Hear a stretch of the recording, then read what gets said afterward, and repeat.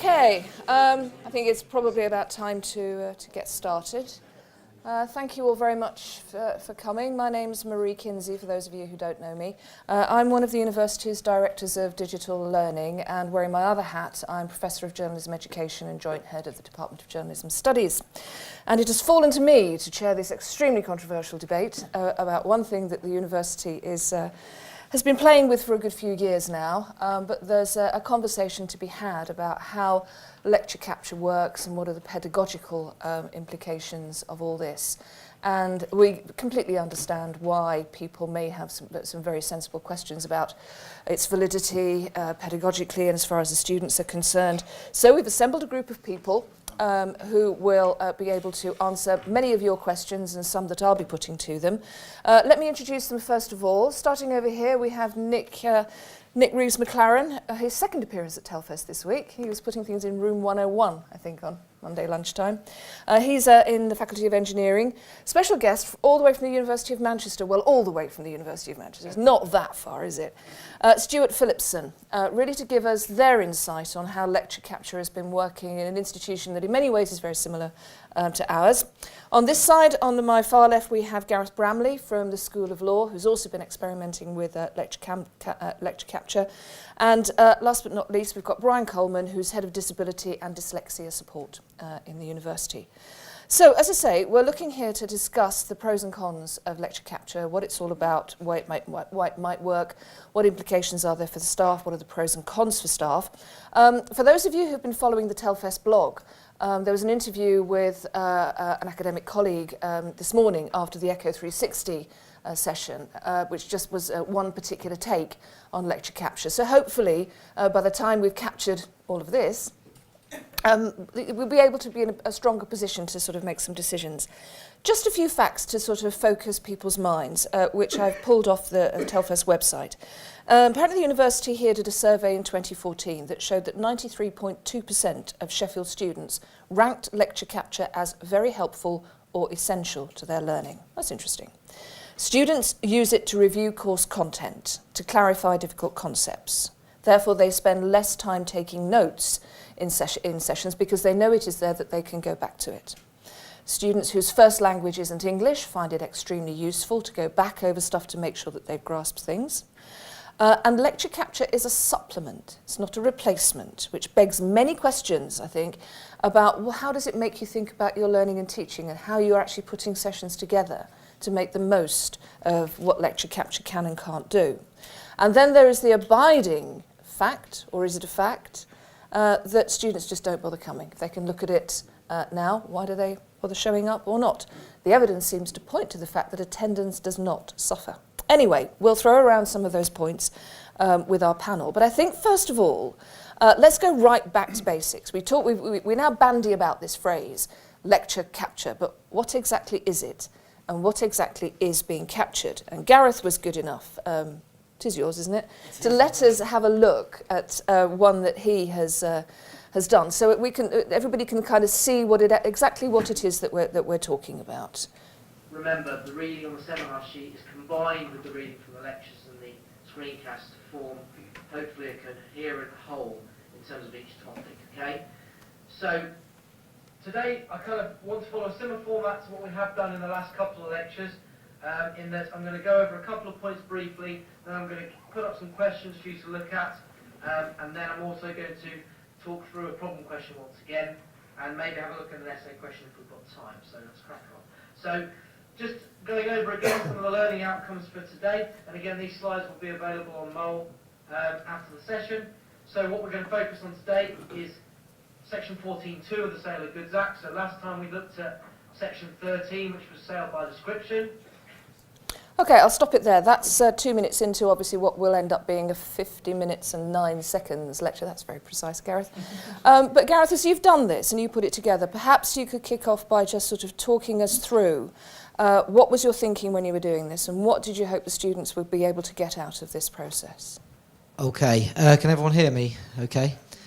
So, yeah, that's an example of what I've done. That is incorporated into, I'm also kind of trying to flip the learning as well in this module. So for those of you who've talked a bit about Flip Learning already at Telfest or elsewhere, you might know a bit about that. So my references to the screencast is essentially what most people would see as the lecture content. So with this, the students are listening to the essential elements of the lecture in advance of this session, what I would describe as an interactive lecture. What happens after this, later on in the recording, is we have a more interactive element. So I stop talking, actually, and this is one issue which we can discuss about Echo, is those bits where the students are discussing it and then they feed it back to me, which I have some thoughts on. But my idea really was to do Echo, is that I'd had some fantastic feedback from students on it. As soon as I started recording my lectures, they were immediately like, this is brilliant. Some would say, I've been listening to you on the way to a seminar, which is a bit unnerving, or I've been playing back the stuff that I've been listening to, and immediately they start saying, are they all recorded? There's one missing from last week. Can you please make sure that goes up as soon as possible? I've had nothing but positive feedback from the students on this. Okay, a fan. Nick, you've been experimenting with lecture capture as well. Do you have any what are your observations about whether it works and how to go about doing it effectively?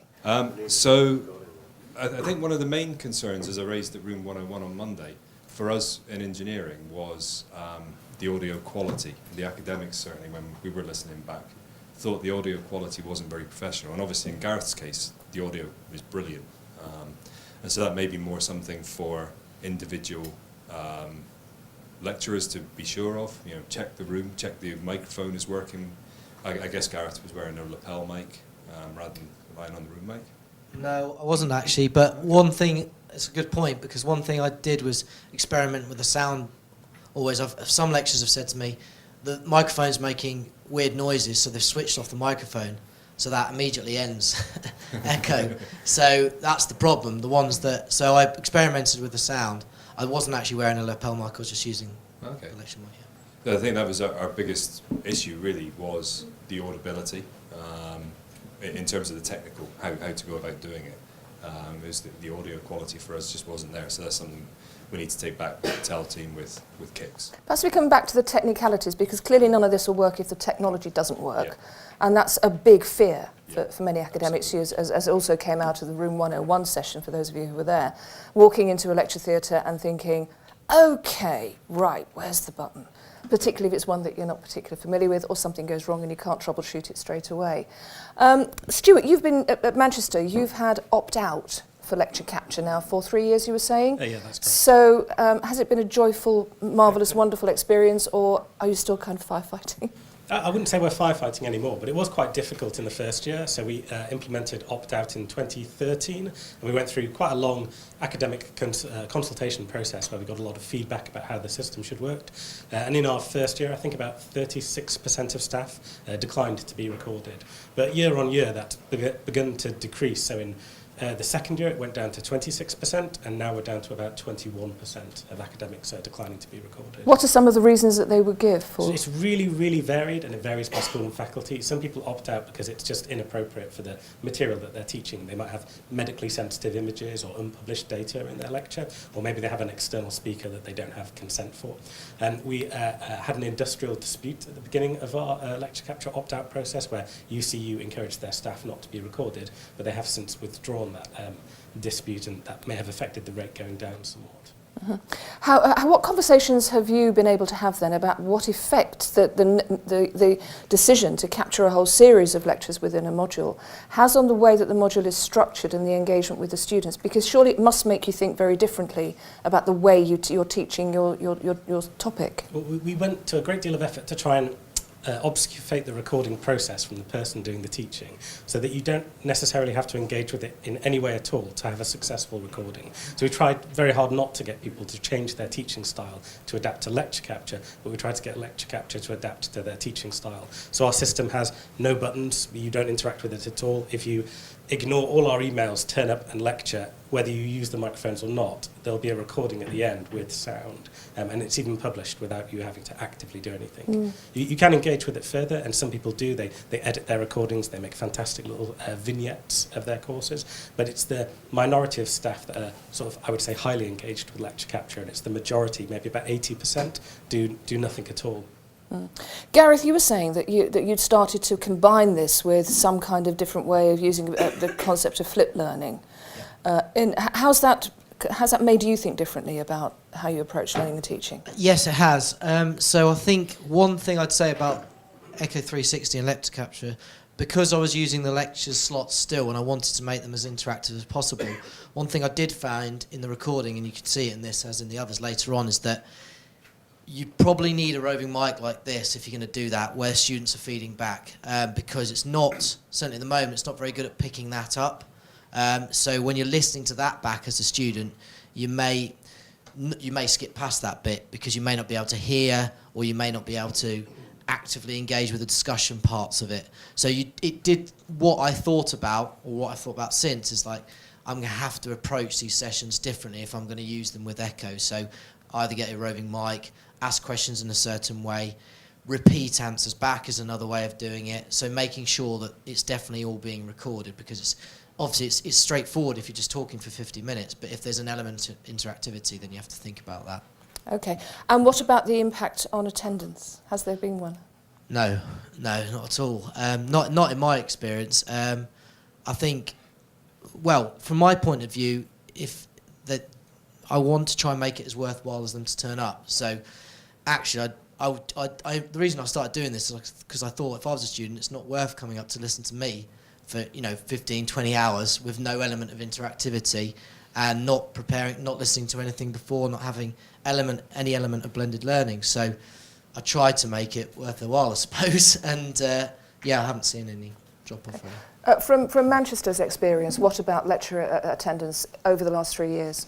So we get anecdotal reports of lecture attendance being lower, but whenever we've investigated these as far as we can, we've often found that poorly attended lectures in person are also poorly watched online as well. And we've got two sources where we did actually do data examinations. So one was our computer science school keeps first and second year attendance records. And in our first year, we analysed that they had about a 50-50 split of lecture capture and not. So we analysed the attendance across them, and it was just noise. So it was up and down, slowly decreasing over the course of a semester, regardless of whether it was recorded or not, with the exception of one unit which had a terrible attendance, but it wasn't recorded.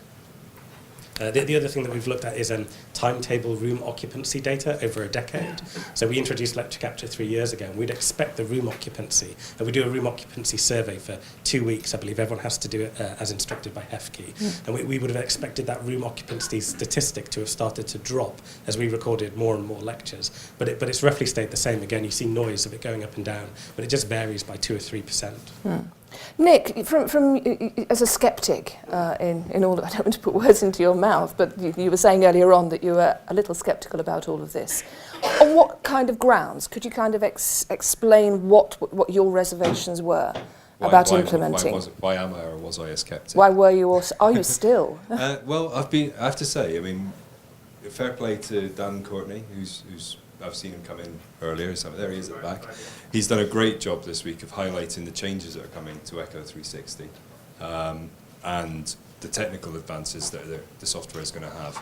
And I think those are really exciting. So that's eaten away at my scepticism a little bit already. The two big concerns I have, well, certainly the first big concern I raised in the Room 101 discussion, this idea of students using this as evidence of, I failed my exam. It says here at 12 minutes 57 seconds on this video, 2 + 2 = 5. I've written that down in my exam. I want the marks for that now, even though it's wrong. And it's interesting because Stuart and I were discussing this beforehand, and that there is another angle to that maybe Stuart would like to comment on in a minute. But that is a valid concern that many academics are voicing to me, that they worry about the impact that this might have. If you make a mistake, if you make a a mistake. And genuine that has error, happened which on does occasion. happen Yeah. or can happen, Yeah. and it's kind of there for posterity. You kind of Yeah, feel. it So, is. so Stuart, how did that pan out for you? So we were discussing this in the break, and that fear hasn't really materialised for us. I'm only aware of one instance where lecture capture was used as evidence in an academic dispute, and it was the other way round. So students were saying something had been said, or an area of the course had not been taught correctly, and the academic wheeled out his recorded lectures and said, no, here's me talking about that exact area, and it's been available as a recording for months. But would it be fair, or tell me what others think, is there extra pressure on academics then to make doubly sure that everything that is in there is absolutely, down the middle, accurate and straight? Have you found that, Gareth? To be honest, maybe I'm not that paranoid, but not really. I guess I kind of think, well, the students are doing my course. I always kind of course, mistakes can happen, but we're all human. There can be an element of humour and error. I don't see the connection in a way. I just think, well, they're either turning up to watch my lectures, or they're turning up and listening to it. I always write my lectures as if I'm going to be delivering them to a full cohort. So for me, it doesn't really make that much of a difference or add any pressure. Maybe I should feel more pressured. I don't know, but I don't currently. Okay. At this point, let's bring in Brian, because clearly there's an accessibility issue here around access to information, and people with, learning plans or whose first language is not English clearly might find this a really advantageous teaching tool. Brian, what's your take on this? Hello, everyone. Yes, well, about 10 to 12% of students at most universities have disclosed a disability, and about 5% will have a specific learning difficulty, such as dyslexia. So just starting with dyslexia, which often, the most common thing a student will say is, I can sit in a lecture and I can either listen or I can write stuff down. But if I try and do both, everything falls apart. So obviously having a recording after the event to refer back to is fantastic. Just suddenly lost my breath there for a moment. Students with concentration difficulties, so that might be students with mental health issues, students who are experiencing effects of medication for their disability, concentration, short-term memory can all be affected, as it can with dyslexia. So the flipped learning particularly appeals to me, because we're regularly recommending in our learning support plans materials in advance of lectures, because that helps students have context of what they're going into. They can learn any new vocabulary they might need, which is more difficult for people with dyslexia. So material in advance is particularly valuable, and just having access to that material, obviously the night before an exam, when you're putting an assignment together, it's just a benefit, and it's one of those good benefits where it benefits disabled students, but as far as I can tell, it benefits all students. Mm-hmm. Okay. Stuart, can I just come back to you for a moment? Where you have essentially a kind of standard lecture and students are arriving and still sort of engaging, have you come across any evidence of particular ways of using the captured lecture that students particularly like, particularly when it comes to revision, a point that Brian made? Is there evidence that is a really positive thing? Does it lead to better results if you can go back to material? Sure. So there's two aspects to that. One is that we measure when students are accessing these recordings. In the last academic year, I think we had 3.8 million views from students, which shows how it's wildly popular as a service. And there's a huge trend just immediately in about 3 to 4 weeks before the exams begin. Our numbers go through the roof, and we see thousands and thousands of accesses per day, which is interesting. And in the last 6 months, we've been logging all of that data. So we've just embarked on a statistical study. We tried to do this once in the past, but we ended up with a data set that was too large, because we were thinking of looking at an entire university. But basically, we're going to look at our school for 1 semester across all of their units and all of their students, who accesses lecture capture, how often they access it, and the demographics they belong to, and then measure that against student attainment across about 120 course units. So we've logged the data. We're just waiting for the last semester's exam results, and then we hope to publish results, whether they be positive or negative, this summer. Some individual academics have done studies, and they were really interesting. That on a very small scale, they showed a weak correlation between improved exam performance and students' use of lecture capture as measured by Blackboard.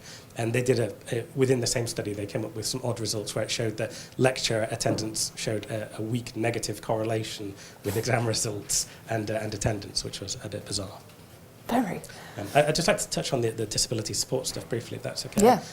So the most positive, strong feedback we get about our lecture capture service is from students with disabilities. And we have about 800 students registered with various kinds of learning disabilities where they would normally be prescribed recording as part of a reasonable adjustment.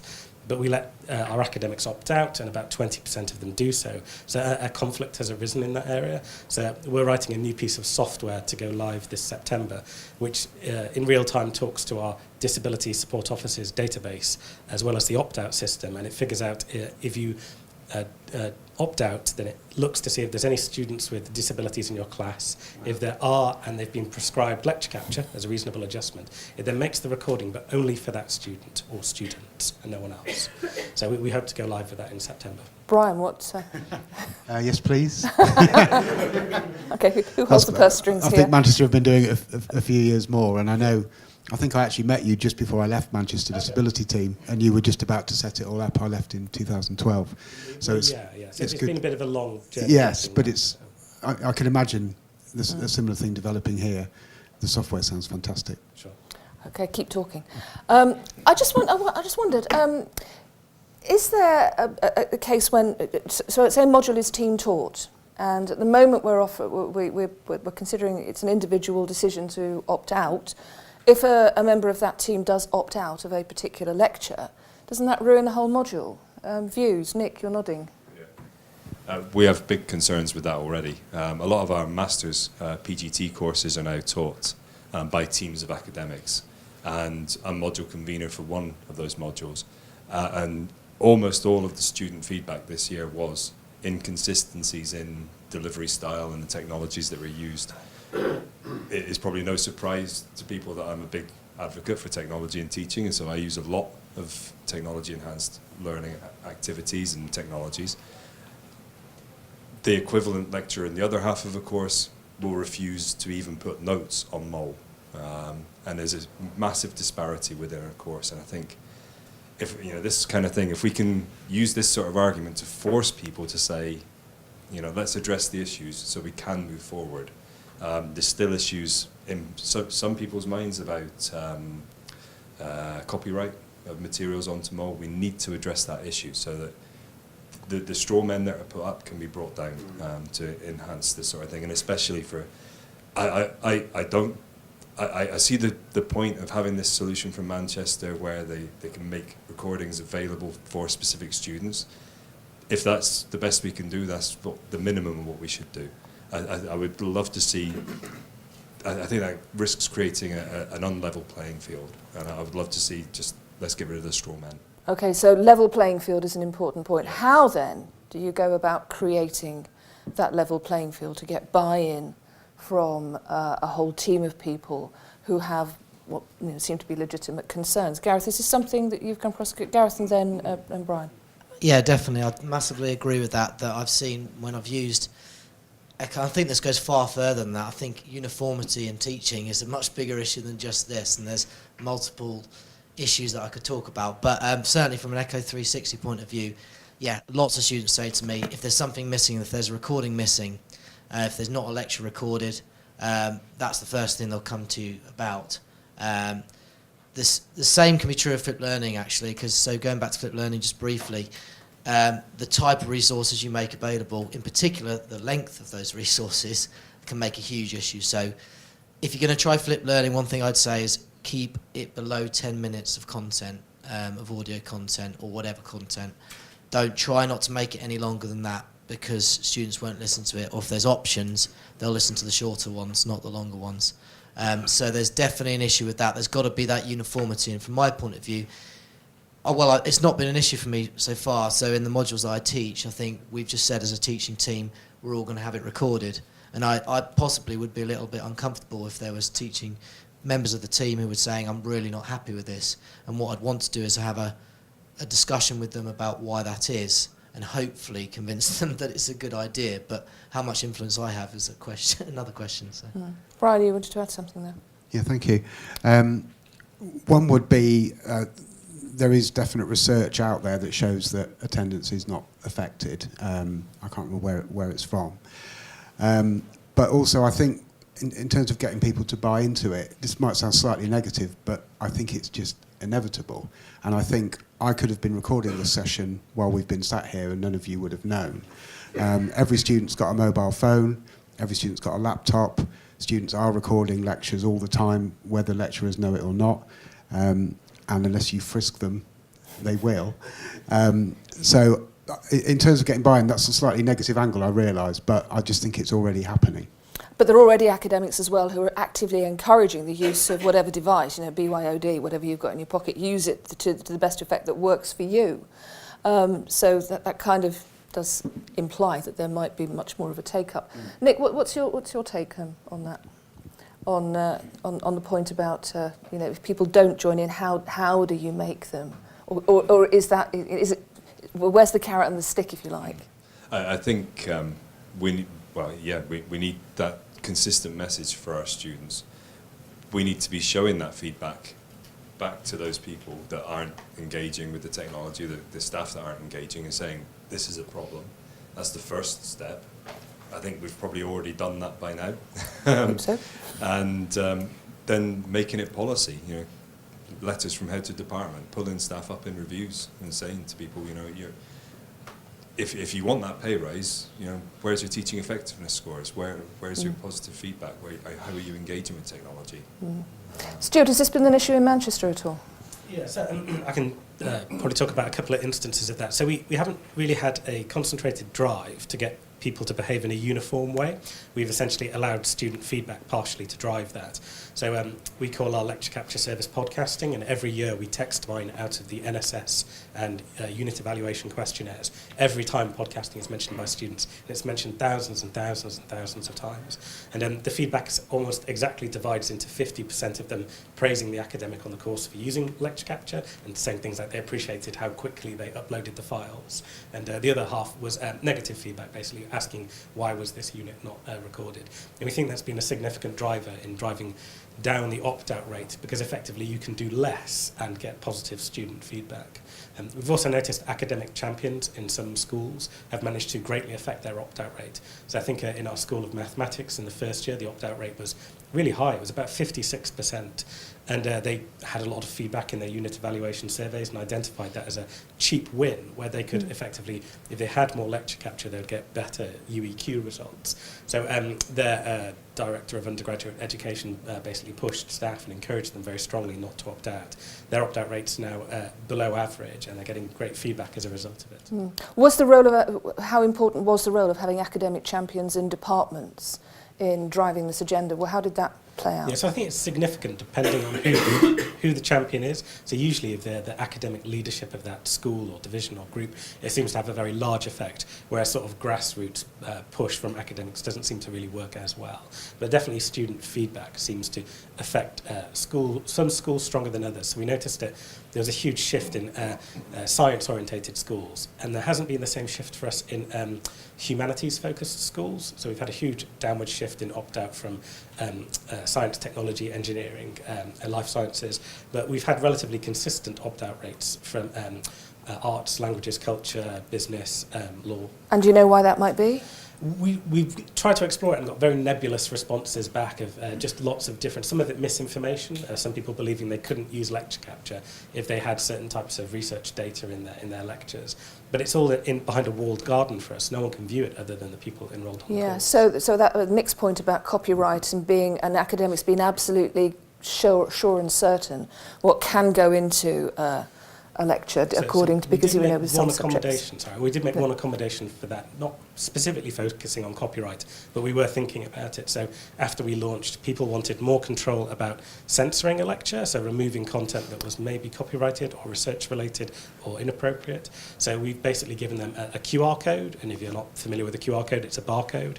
And if you put that on a PowerPoint slide, it blocks the recording process, so it just doesn't form part of the video afterwards. We have something, I believe, that's called a red button. Am I right? On the which so there is a light. There will be a light on the desk which is on, that everybody knows, and if that light is off, then it's not being recorded. So there's some sort of control there. Gareth, do you have a view on this idea of how to bring academics on board and allay some of the concerns that there might be?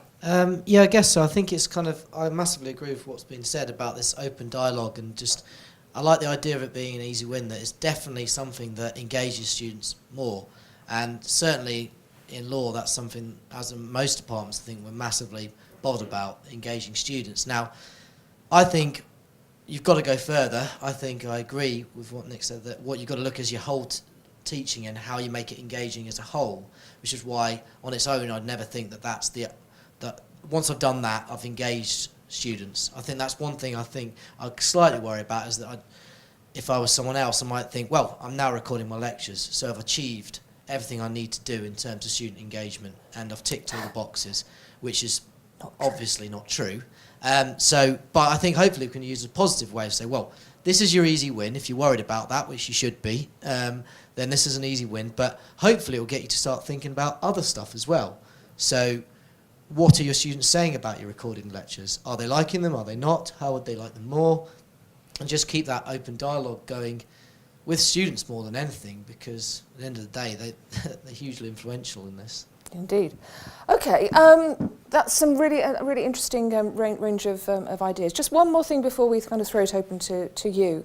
The technology. I mean, we touched on this right at the beginning, and if it doesn't work, that can mess up the best laid plans. Has Manchester done anything in that kind of area that it doesn't fail, it's reliable, or how's that panned out? Sure. So I'll be quite frank about it. In our first year, the technology was quite difficult, and we'd never done lecture capture at a huge scale. And I think our reliability rate was 94.9% in terms of recording reliability, but that really wasn't good enough. We basically received negative feedback that it had to be higher. So we embarked on sort of a 2-year project looking at every facet of the system that had any kind of failure in it, and reducing that. And I think we're down now, our reliability rate is 99.8%, so we miss about 0.2% of lectures a year, but that's still 200 odd hours of lectures. So we need to probably go even further. What do you do if you miss them? Because the student, quite rightly, as somebody was touching on before, will say, where's my lecture? This is my service, I get this service. So what do you say? In those rare events, we either allow an academic to upload a replacement lecture directly, or if the lecture is similar to the previous year, we can pull content from year to year to year. Surely not. So we have about 90,000 hours of lectures in our repository, because we've been running for 3 hours now. But that 3 years. would rely on the academic reporting the facts immediately. So it's that mainly the something students hadn't that worked. report it Or the quite students quickly. report it. Okay, there's a driver for you. So we are aware of it, and we have some other monitoring protocols in the background. So I run a team of about 5 people. Within that, there's 2 people that basically sit in front of a web GUI with every one of our lecture theatres on a big display, looking for failure. We regularly do QA work to make sure that we're producing consistent audio and video results. The system's never going to be fail-proof, but we've done a large amount of work to make sure that even often if the projectors don't work in a room, lecture capture still will. Nick, does that reassure you to some extent that it's possible to, find a way around the terrible scenario of walking into somewhere and nothing works? Yeah, and I think we need to bear in mind that it might not be a ready solution in September, October when we start teaching, that we as academics need to be part of this process in pushing for these higher reliability rates, not just obviously relying on students reporting it. 99.8% sounds brilliant. I'll be happy if we can get that in Sheffield, but it's a new technology and there's going to be teething problems. I think the challenge will be keeping academics engaged with it, because the first time it goes wrong, as I said with clickers the other day, first time something goes wrong, you tend to stop using it and not rely on it again. Yeah. Gareth, what are your thoughts there as somebody at the sharp end of the lecture theatre, standing here with that up there? Yeah, I think that's true. I mean, I think you've got to kind of have backup plans. I think you've got to be. I mean, it's difficult for me because I'm kind of willing to try new things and look a bit silly if they don't go right, and you just have a backup plan. I mean, it's the same with lots of things. If I've used lecture tools in the past and it's not quite worked how I wanted to, so I've just put up my PowerPoint presentation instead and used it that way. But I think absolutely you've just got to keep a positive attitude to it and keep saying, well, we're going to have these teething problems, but it's getting better. And the example of 99.8 is brilliant, really. It's just to say, look, it can improve if we keep looking at it. And little things, like I said, I mean, obviously that's hopefully not going to be an issue going forward, but even in the past, it's people just thinking, the microphone's making a noise, let's turn it off, rather than just simple instructions to say, well, maybe play around with the volume. And not going straight to an IT team and saying, well, it just doesn't work. It's the technology's fault. It can't be possibly anything to do with me. So I'll just add one quick point, if that's okay. So we did have issues with microphoning, mainly, the battery might run out in this microphone at any second. So we implemented technology to try and work around that, to make the system as foolproof as possible, with the idea that the person at the front should never have to actively do anything to ensure a recording's successful. So we have like a secondary microphone that's independent of the AV system, so you can't turn it on or off. And then we listen primarily to these microphones, but if there's no sound, then it fails over gracefully to the other audio track. So again, it's part of a bigger package of trying to push to make sure that it almost never goes wrong. Yeah, I really like the idea of not having to press any buttons when you walk into a lecture theatre. Okay, that's been really interesting and has thrown up some points, but obviously questions from you, which you can either tweet, #Telfest, or just stick your hand up. Any questions for any of our contributors here? Yeah, so a question for Stuart, I think, about what's going on at Manchester. I mean, you mentioned this dispute which got resolved because, I mean, I'm interested in that aspect in terms of kind of staff rights and the like. Do you remember the details of what the main sticking points were and what was done to resolve them? I think that, again, I'm not a member of UCU, and I wasn't directly involved in the negotiations, but we were going through a pay dispute at the time. The university was going through a pay dispute, and to some degree it was used as a negotiation tool because it was a new facet of education that was brought in at the time. At least that's my own personal opinion of the main crux of the dispute. I think UCU were also sort of mistakenly believing that we didn't have the legal right to record someone who was a member of staff, but we have a very specific IP policy that says if you work at the University of Manchester, we're allowed to record you and then use the teaching materials that are produced as a result for any number of purposes, including external marketing for students, postgraduates on other courses. So again, I think it was a misunderstanding and also to some degree a pay dispute at the same time. Okay, thanks. Trish? Hi, I've got a concern that MyEcho might encourage a didactic lecturing style and discourage interactive teaching and so forth. So people start teaching for the recording as opposed to teaching to the audience. What would the panel say? Gareth, because you touched right at the very beginning on the idea of flipped learning and the way it makes you think, or because you are teaching in a different environment using a different tool, are there other ways of constructing the content of your module? Yeah, I'd massively agree with that, because I think that's my worry sometimes, that it's like I said before, you just might think, well, all my lectures are being recorded now, so I'm producing the most engaged form of teaching that I can, which is obviously not true. So I would say, yes, you can't just do this. This, like I say, I think this is an easy win in terms of student engagement. What it immediately made me start thinking about is, okay, well, because I'd already done flipped learning on the postgraduate course that I teach, and I thought, well, let's think about incorporating that in, and if they like online content and recorded content, let me think about how that works. And like I say, when my lectures are recorded, they're interactive, so what I need to think about is, if I'm going to use Echo going forward, I incorporate the roving mic into it, I plan it in that way. I think that you have to have some thought about it. I don't think you can just think, the only thought I'm going to have is they're going to be recorded. I've opted in, so. So it's more than just a whole pile of slides and a voiceover? Yeah, absolutely, yeah. I think you've got to go as far away from that as possible, because you're just going back to, and I'm not a big fan of the traditional, 20 lectures, 6 one-hour seminars, because I just don't think it works from an engaged teaching point of view, because certainly in a subject like law anyway, because all I find is I spend hours and hours and hours with students in the run-up to the exam, talking about analysis, evaluation, those types of skills, which they haven't had enough time to practice. It's not their fault. It's the structure of the module. So is it best to think of lecture capture not as just a sort of straightforward linear thing, but a tool that you know that the students are able to use to access material, which allows you to build other resources around it much more effectively? If you start from the point of what the students will do with this, rather than I'm going to create a lecture which I'm then going to record. Yeah, I think it's got to be a package. It's the same idea as thinking, well, I could just put all my PowerPoint slides in lecture tools, so I've used digital technology. Well, not really, because you're just showing PowerPoint in a different way. Why are you using lecture tools? Are you going to put quizzes in there? Are you going to have an interactive element to it? Why are you using it, not just ticking a box, using it for a reason, I guess? Yeah, the other one that came out of Room 101 on Monday was skeuomorphs. And I'm just wondering, given in the light of what Gareth has said, whether you could actually think of this form of lecture capture, the straightforward standing and talking and doing recording a PowerPoint, as a skeuomorph, which is basically putting new technology in a way that looks kind of old and conventional. Nick, you were going to say something. Yeah, I think this is a really key point, and I've used lecture tools a lot in the past.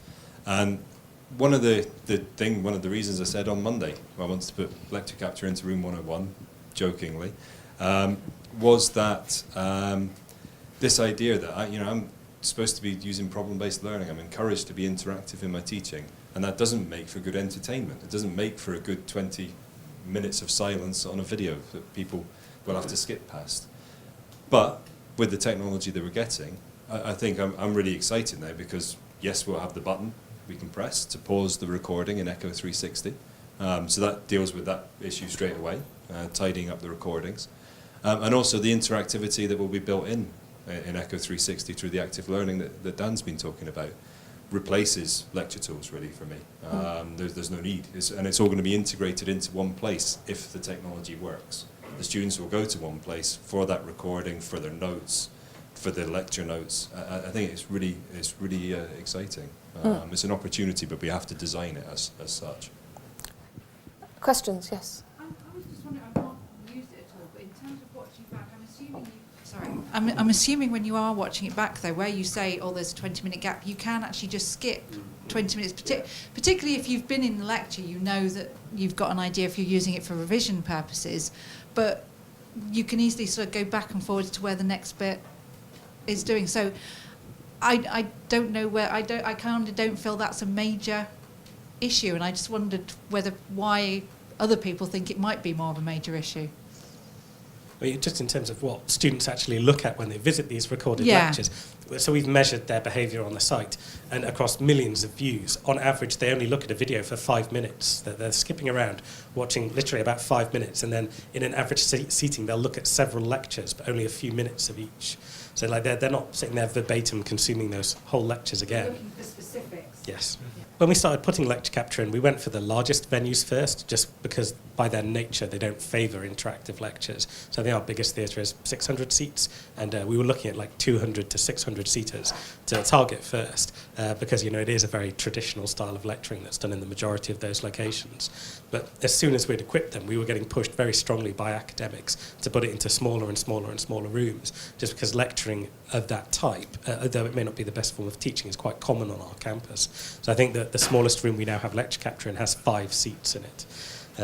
And of those lectures, they make up the minority of the events in our timetable. So there's about 54,000 hours of lectures in the timetable. I think there's about 200,000 hours of events that we don't record, because they are those more interactive tutorial sessions that are within lectures or labs, that kind of stuff. Okay. Any other questions? Yes. What would you say is the disparity? Would you notice a disparity in Manchester between the opt-outs in older academics? Would you say it's something that older people are more reluctant to implement?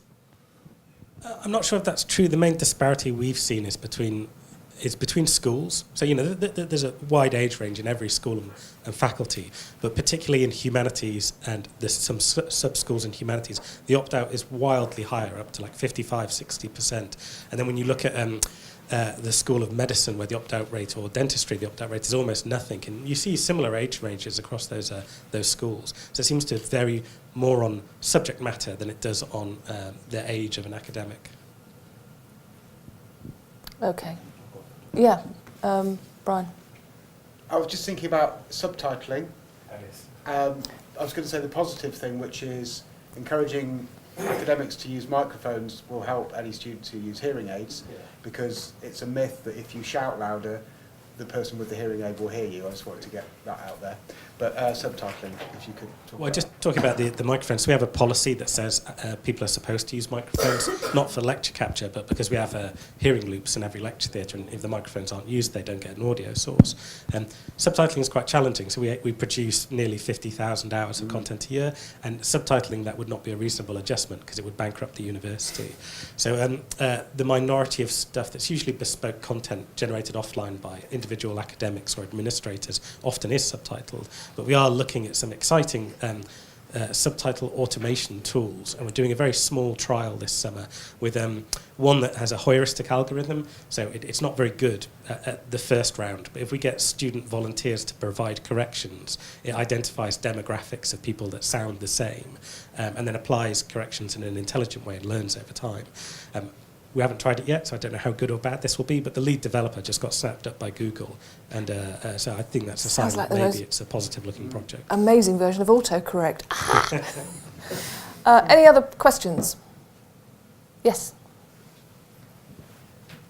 So, Stuart, Manchester again. So has the increasing expectation for the availability of recorded lectures, has that started to expand to other kinds of teaching that maybe professional services staff would do, like such as the library? Yes, to a certain degree. So we started getting more and more requests for events to be booked that weren't lectures, and we quite frankly got bored of it. So we created a tool so that people can go and book their own events. Many of them, I think the majority still are course events that are seminars or other activities, but then about a good 20 to 30% are PSS activities, some things like town hall meetings, but also training events. I think there's one being recorded right now that I saw this morning. So I think our teaching and training staff development unit has started doing it to make people more aware of the kind of courses they can access, because they can now see this content for free and online through our video portal. Okay. Any more? Yes. Do you see any change in the data for academic achievement?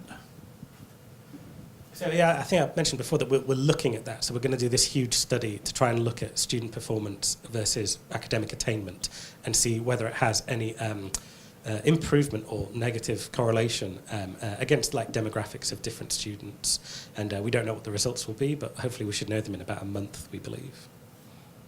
Graham.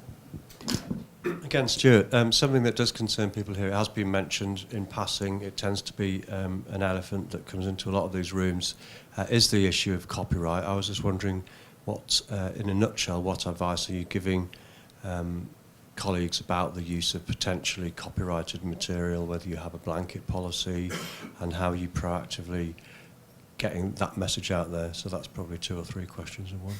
Sure. So I think we were quite lucky that our library made a huge push into copyright guidance roughly about the same time that Lecture Capture started, not that the two were driven by each other. And they produced some wonderful resources that I think are open educational resources that you can access for free and implement for your own institution, with sort of yes-no interactive experience for, can I use this copyrighted piece of material? And we always instruct people that if they're unsure, there's always the QR code stroke your pause button, which means that it automatically doesn't become part of the recording. We've never had a copyright takedown notice in the 90,000 hours that we've produced. Oops, there's something. One more question, I think. Any more? Okay, perhaps I could just ask our panellists for their very final thoughts. You know, if there's one thing that you want to get off your chest about Lecture Capture, what might it be? Or has anything changed your mind in the last hour or so? Yeah, Gareth first. I guess I would say what we said before, don't see it as the one answer, but it's a massively positive thing that gets fantastic feedback, in my experience, fantastic feedback from students. And if you're bothered about engaging your students, then it's a fantastic start, and hopefully it'll get you thinking about other ways that you can continue to engage your students and don't see it in isolation. Thanks. Brian? Thank you.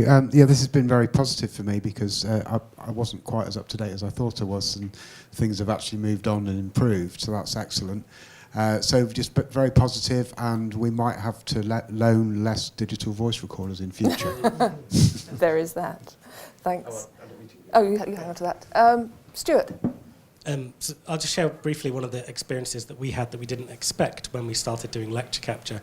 And there was the proportion of academics that weren't really interested in lecture capture but didn't care about it either.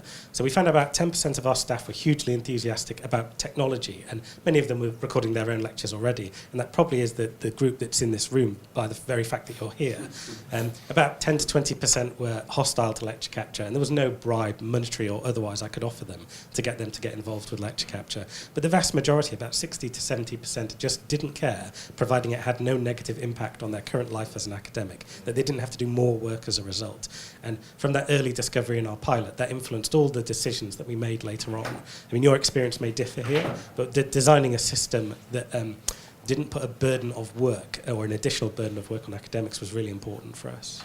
Thanks. And Nick? Yeah, I think give it a go. Get stuck in and see how it works. Yeah, that's it really. Okay. As Gareth kind of indicated earlier, always have a backup as well. Don't rely just on thinking, well, that was recorded, my job's done now, I'll win that lectureship award this year.